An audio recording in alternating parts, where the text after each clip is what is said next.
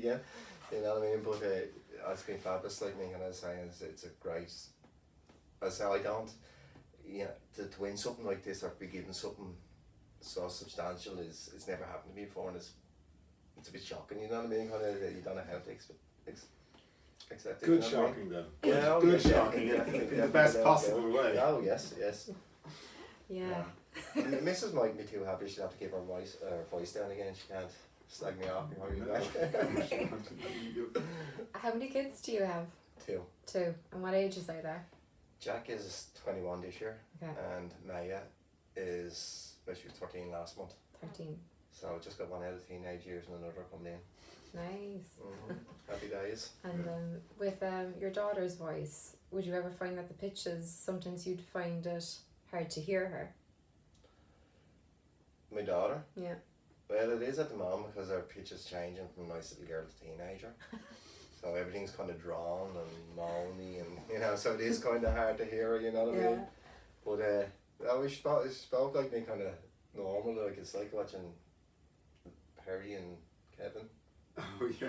It's like and moaning, but yeah, she I can hear them all grand now. You know what I mean? You can hear well, all I the will hear them grunts. better now. You can hear all the grunts. Oh yeah, it's like from, half the time you switch off anyhow because Yeah. that's all it is grunting and moaning, and you get your beautiful little daughter all of a sudden just turns into a moan. I'm familiar. Yeah. Teenagers. And how would you rate your experience with hidden hearing overall? Overall, listen, I've been dealing with them for years now. I have to say, no problems whatsoever, and always pleasant. You come in, Sharon. She's always happy to see you, and it's great. And just, Fionn, can you describe Stephen's hearing loss? It's really quite substantial. The very low frequencies are okay. The middle and higher frequencies are badly damaged. And it's not an age-related thing because Stephen is far too young, but it's largely a noise-related hearing loss. It's very, very bad. He's down to about 50 decibels across most of the frequencies, starting at about 25 decibels in the very low. So there's a substantial loss, and from a speech point of view, his natural hearing, your natural hearing, Stephen, wouldn't enable you to actually pick up as many words clearly as you'd like. It'd be a very low percentage based on the hearing loss that you have. You'd be able to guess a lot of words. You're not deaf, so you'd hear that people are talking, but just the clarity factor badly affected across the middle to high frequencies. And I mean, already we can see that you're hearing nice and crisply. Hearing nice and crisply, so it's But I think that's one of the most frustrating thing for anybody as hearing loss is when you're in a group of people.